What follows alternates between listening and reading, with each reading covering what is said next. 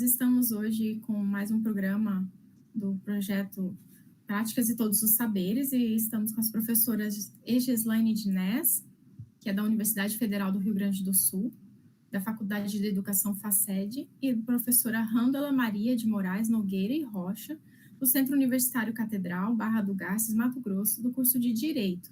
E o tema de hoje é Educação, Cidadania e Direitos Humanos, o que não pode não ser. Obrigada, professoras, pela participação de vocês. Olá a todos, com imensa gratidão que estamos aqui hoje para conversar um pouquinho sobre educação, cidadania e direitos humanos. Eu sou a professora Egislaine, graduada no curso de Pedagogia, mestre e doutora em Educação. Hoje estou na Universidade Federal do Rio Grande do Sul, mas me sinto muito honrada com o convite, pois eu já trabalhei em uma instituição aí do estado de Rondônia, que nos recebe hoje, né? Saudações acadêmicas. Eu sou a professora Rândala Maria de Moraes Nogueira e Rocha, graduada em Letras e em Direito, mestre em Direito das Relações Internacionais, cursando Pedagogia, e hoje eu estou licenciada do Centro Universitário Catedral para fazer um estágio voluntário a respeito de pedagogia social, educação social e educador social, juntamente com o grupo de pesquisa CEPOPS, que está vinculado à Universidade Federal do Rio Grande do Sul. Obrigada pelo convite e será um prazer tomarmos esse cafezinho, né, de conhecimento, de sabedoria e observarmos em que a educação, a cidadania e direitos humanos estão entrelaçados. Esse convite dessa fala, junto com a minha querida colega, amiga e estudiosa Rândala, surgiu num momento onde nós já vínhamos vamos dizer assim, 6 meses conversando sobre políticas educacionais. Eu sou professora da disciplina e da área de política aqui na Universidade Federal do Rio Grande do Sul, e a Rândala esteve junto comigo assistindo 6 meses de aula, né, tratando sobre as questões de políticas educacionais. Ela, como é do direito, sempre traz uma pitada a mais em tudo aquilo que a gente apresenta a partir do meu olhar de pedagoga. E quando nos foi feito o convite para essa conversa, nós resolvemos, então, juntar um pouquinho das duas áreas e trazer para você a questão de vocês, a cidadania e os direitos humanos, né? Fazer uma discussão a respeito de cidadania e direitos humanos relacionado à educação. E que nos ajuda a pensar um pouquinho o que não pode não ser. A primeira transparência, slide, imagem que nós trouxemos para vocês, eu e a Rândala, quando preparamos esse material com muito carinho, diz respeito a uma tirinha, né? Dessas que a gente encontra em jornal e que fala sobre a função social que a educação tem, né? E, consequentemente, a função política. Muito se fala em educação de qualidade, muito se pensa a respeito disso, e nós achamos interessante fazer a abertura a partir dessa tirinha. Para ficar mais fácil, vou ler para vocês. O personagem da esquerda fala para a personagem da direita. Qual foi a sua nota? O personagem da direita fala, eu tirei um A. Aí o personagem da esquerda, ai, é mesmo? Puxa, eu não queria estar no seu lugar, eu tirei um C. Aí a personagem da direita fala, por que razão você prefere tirar um C a tirar um A? E aí finaliza a tirinha com o personagem da esquerda dizendo, a minha vida vai ficar muito mais fácil se eu mantiver a expectativa das pessoas em um nível baixo. Essa reflexão inicial é para nós pensarmos a respeito de que tipo de qualidade nós queremos, de que tipo de qualidade nós temos, de que tipo de educação está sendo ofertada na escola hoje em dia, pública ou privada, e que função ela tem, né, para a formação do cidadão. A reflexão principal diz respeito a como pensar uma criança, né, aí dessa tirinha, que está querendo ter uma expectativa mais baixa daquilo que ela poderia ter na educação. Então, a função primordial da escola, né, ela está sendo, vamos dizer assim, transformada. Aquele chavãozinho que nós vimos em muitos lugares, de que a função da escola é socializar um saber historicamente construído, né, e sistematizado, e fazer com que esse saber seja, então, construído, ou que o aluno se aproprie desse conhecimento, para que ele possa se tornar um cidadão pleno. É indispensável, então, para a escola, aliar o saber científico ao saber prévio dos alunos, aquilo que eles trazem, né? Aquilo que é o cotidiano deles, o que Paulo Freire diria a realidade dos alunos. Também é indispensável a essa escola adotar uma gestão participativa no seu interior, para que isso aconteça de uma forma um pouco mais democrática, né? E contribuir na construção de um Brasil como um país que tenha muita igualdade, humanidade e justiça social. E aí entra os direitos humanos. Acho que a Randala tem alguma coisa para falar para nós. Olha que interessante, meus queridos. Observem, contribuir na construção de um país, Brasil, de todos, com igualdade, humanidade e justiça social. Mas qual a relação desses três elementos com os direitos humanos? Quando nós falamos em igualdade, nós estamos falando, em via de regra, que está relacionada aí por tratar todas as pessoas da mesma forma e garantir que todos os indivíduos tenham acesso às mesmas oportunidades. Depois nós temos humanidade. Alguém poderia falar, mas professora, a humanidade é tão simples de conceituar, mas veja a questão aqui trazida. A humanidade se refere a um todo de seres humanos, ou seja, um grupo formado por seres humanos. Ela também se refere aos atos de solidariedade que são praticados pelos seres humanos. Então, observem, mesmas oportunidades, a solidariedade.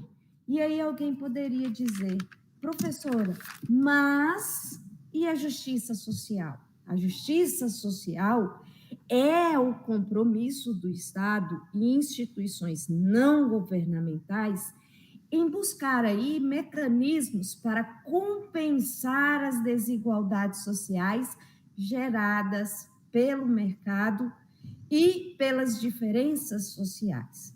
Ou seja, nós podemos entender aí que a justiça social está aí vinculada a um mecanismo que busca fornecer o que cada indivíduo tem por direito, assegurar as liberdades políticas e os direitos básicos, oferecer transparência na esfera pública e privada e oportunidades sociais.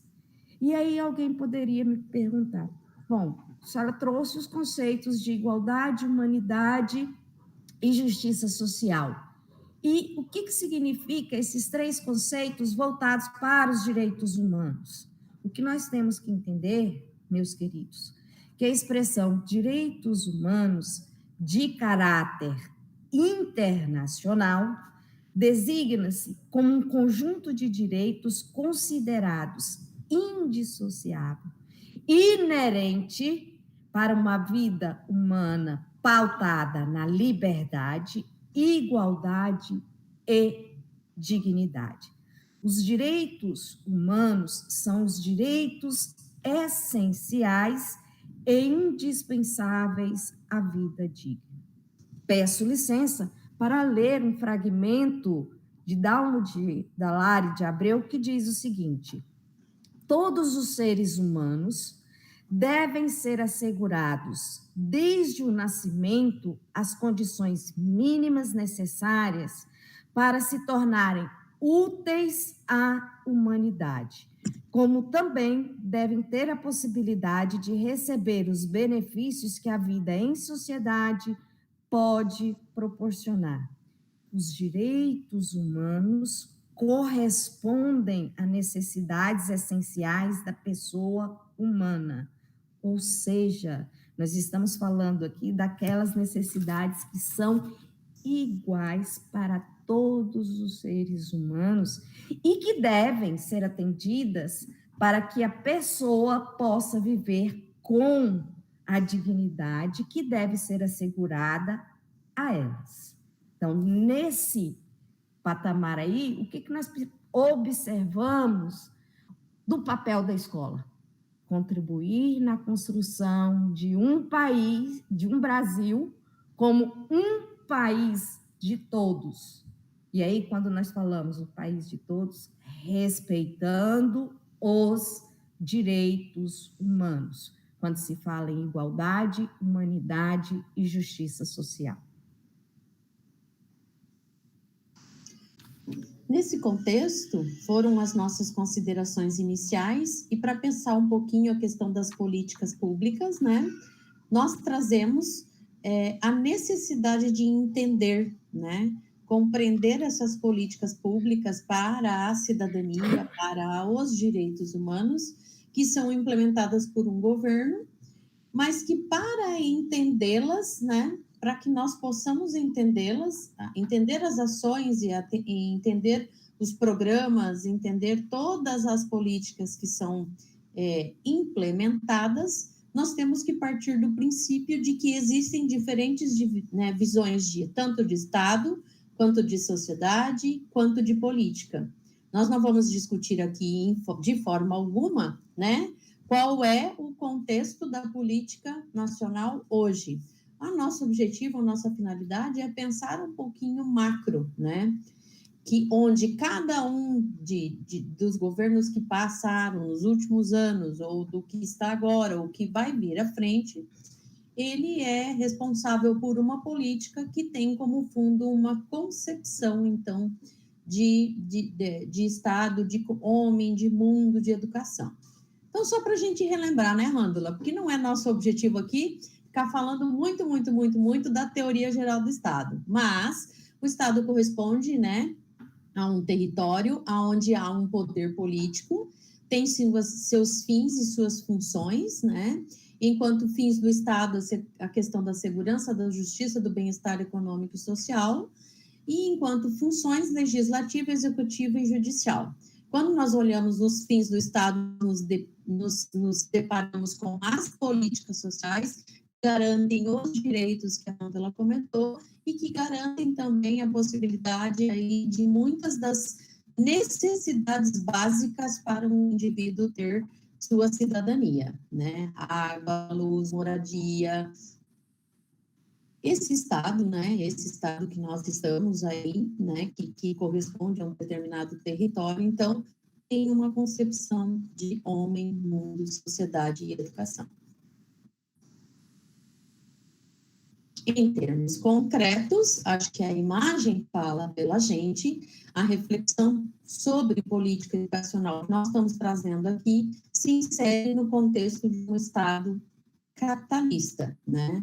E nós representamos este Estado capitalista com todas as dificuldades ou com todas as problemáticas advindas desse termo, a partir da mão que arrecada e da mão que vai dar o cuidado, e que é representado por essa imagem como uma grande mão que vai retirar o dinheiro da população, a mais-valia, e uma mão que não é tão grande, que não é tão cuidadosa, que vai oferecer, então, o mínimo dos direitos sociais a esses cidadãos. Pode passar, por favor. Então, as políticas públicas são entendidas aqui como esse Estado que tem um território, que exerce um poder, que é capitalista, né? Que legisla em situações diversas, né? Essas políticas que emanam deste Estado são entendidas como o Estado em ação. O que quer dizer?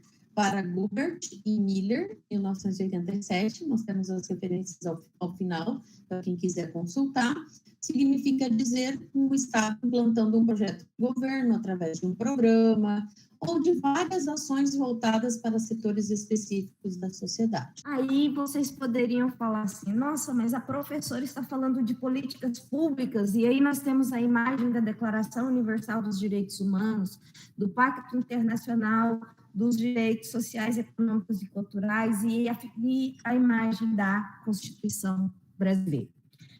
O que nós temos que entender quando se fala de políticas públicas são aqui entendidas como o Estado em ação.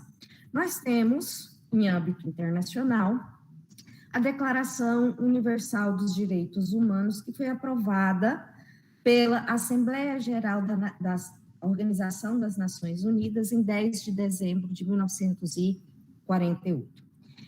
A declaração tem o propósito de resguardar as vítimas de violações dos direitos humanos em todo o mundo. O Pacto Internacional dos Direitos Econômicos, Sociais e Culturais é o que mais nos interessa, por quê? Porque nós estamos falando da educação. E aí, quando nós falamos da educação, nós estamos falando de prestação positiva do Estado. O Estado, ele tem que agir. Estamos falando justamente em o Estado atuar, intervir, e neste caso, como que o Estado pode atuar, intervir em um direito que é próprio e inerente da pessoa humana, que é a educação. E aí nós temos, peço licença, novamente, a educação em âmbito internacional, ela está consubstanciada ou localizada na Declaração Universal dos Direitos Humanos, no seu artigo 26, 1 e 2, que diz o seguinte: todos os seres humanos têm direito à educação.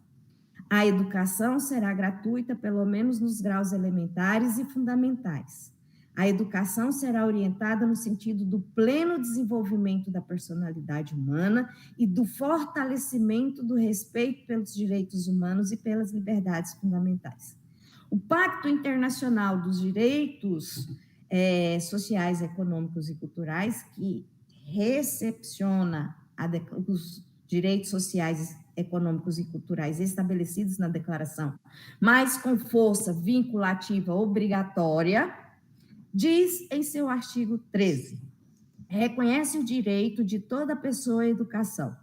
Concordam que a educação deve ser orientada até o pleno desenvolvimento da personalidade humana e do sentido da sua dignidade e deve fortalecer o respeito pelos direitos humanos e liberdades fundamentais.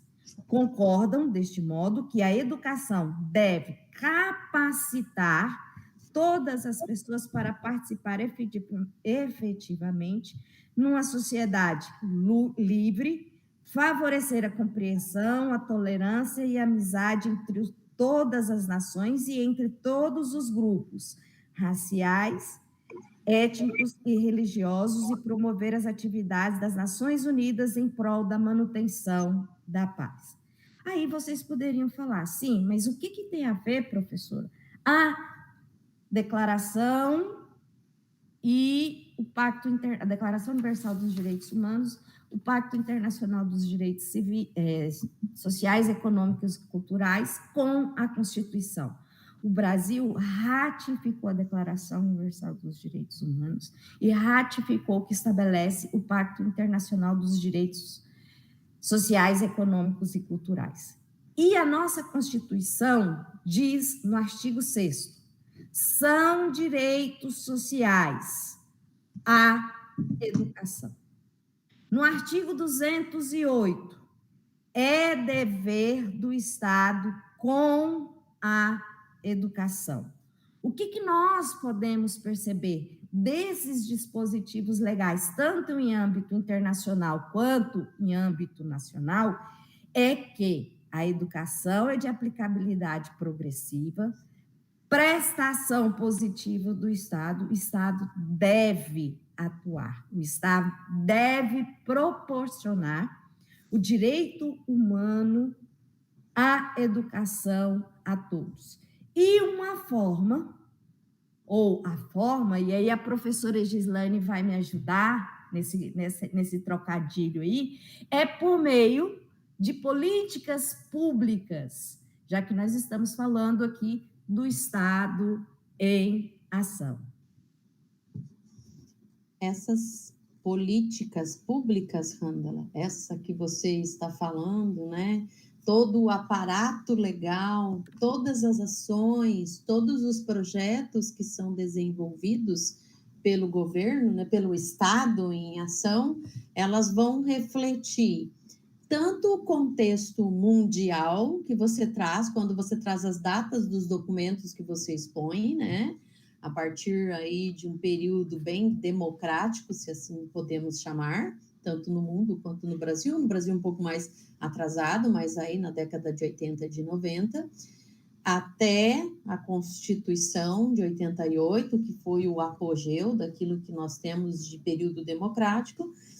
E todas essas políticas, esses projetos em ação, eles refletem os conflitos tanto de interesses globais, como nacionais, regionais e locais. Quando nós temos uma Secretaria de Estado de Educação, né, emanando um projeto específico, uma atividade, uma ação específica, né, para a escola, nós temos interesses e temos arranjos feitos nas esferas de poder que perpassam todas essas instituições do Estado e da sociedade como um todo, né? Então, está tudo muito conectado. Os documentos que você trouxe para nós estão muito conectados com as políticas públicas e com a construção do conceito de cidadania. E elas são, então, para reforçar o pessoal que está nos ouvindo, né? O conjunto de programas e ações governamentais com participação do setor público ou do setor privado que garantem a cidadania e, portanto, estão relacionadas a um problema que o Estado tem a intenção de solucionar. E quando a gente fala de cidadania, a Randala já tem mais alguma coisa para contribuir. É interessante, professora, que geralmente quando nós falamos de cidadania, de cidadão, nós só lembramos dos direitos políticos, né, de votar, ser votado. Mas se pararmos para analisar no sentido moderno, cidadania, e aí eu vou trabalhar esses conceitos separados, cidadania é um conceito derivado da Revolução Francesa, que designa aí o conjunto de membros da sociedade que têm direitos e decidem o destino do Estado. Ainda, segundo a melhor doutrina, quando nós falamos em cidadania, nós temos dois sentidos. Um restrito e técnico, que aí nós podemos associar a cidadania, a prerrogativa da pessoa de exercer os direitos políticos, e em sentido amplo, que é o exercício de outras prerrogativas constitucionais que surgiram em decorrência do Estado democrático e social de direito.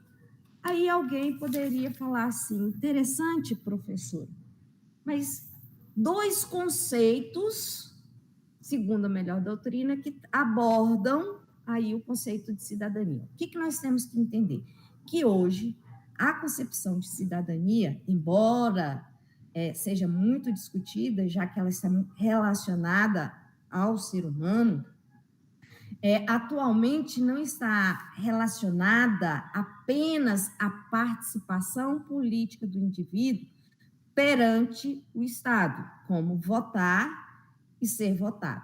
Mas também, e vejam isso a nossa importância, o gerenciamento de questões sociais e econômicas, tendo em vista que a política de um Estado não mais se restringe ao aspecto eleitoral.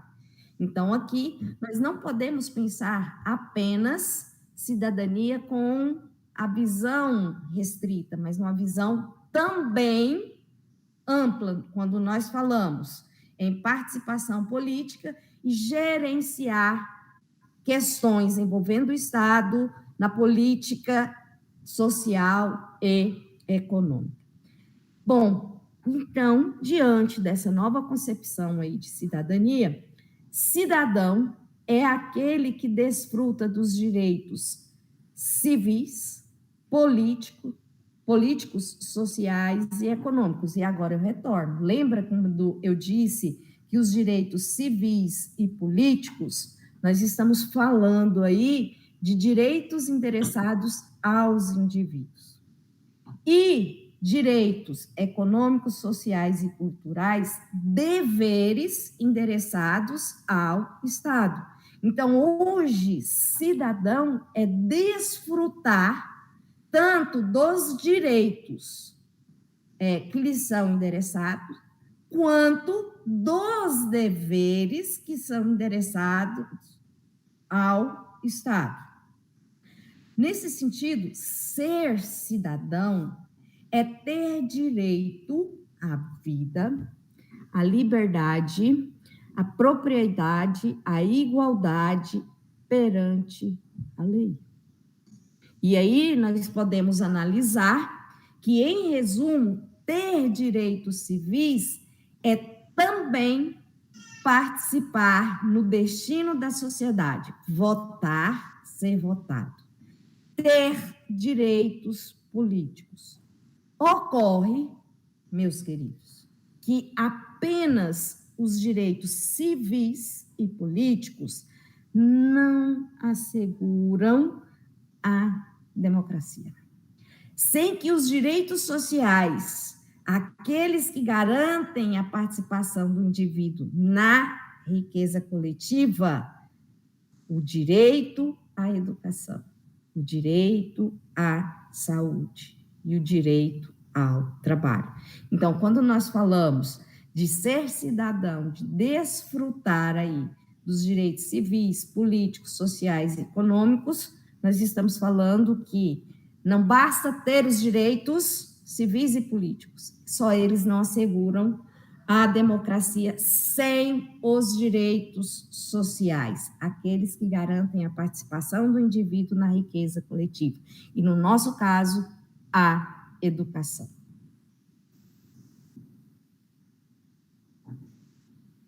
E é exatamente por isso, né, Randala, que nós colocamos o título que não pode não ser, porque não pode, cidadania não pode ser apenas direito político, não é só ter o registro do título eleitoral, do RG, do CPF, é um conjunto de relações que garantem, né, isso, que garantem a cidadania.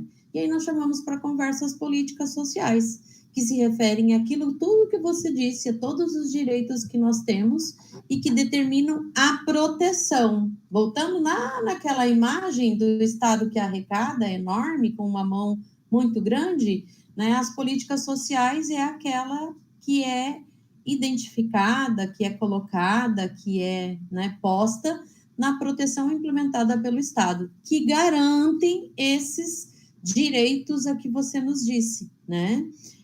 Tudo implementado pelo Estado, para a redistribuição dos benefícios, visando a diminuição das desigualdades estruturais. Então, o que não pode não ser? Não pode não ser, né, para algumas pessoas só. Não pode ser para determinados grupos e interesses, né? Não pode ser feito por meio de lobbies, né? Tem que ser com um fim para toda a população. Então, ela não pode não ser isso, né? Por isso que a gente queria instigar as pessoas a pensar um pouquinho relacionado a isso. Pode passar, professora, para nós já nos encarregarmos de ir fechando as nossas ideias, né? Então, as políticas educacionais são um pedacinho das políticas sociais. Nós vamos ter uma infinidade delas. Quando nós falamos de moradia, quando nós falamos de saúde, todas elas são políticas sociais. Um pedacinho delas são as políticas educacionais. Então, fazem parte do grupo de políticas públicas sociais de um país. E como expõe Firmino, 2020, constituem um elemento de normatização do Estado guiado pela sociedade civil, que visa garantir o direito universal à educação de qualidade. Então, a gente retorna lá naquela tirinha do início da nossa fala, né? Quando o aluno, não, eu quero tirar um C, não preciso tirar um A, e o pleno desenvolvimento desse educando enquanto cidadão, consciente das suas ações, entendendo que tem direitos, entendendo que tem deveres, mas que o dever de não jogar papel na rua, né? Porque isso polui o ambiente, porque isso entope as valas, porque isso pode dar problema para as pessoas que moram naquele entorno, para toda a população daquela cidade, de não degradar o meio ambiente através de cortes desenfreados de madeira,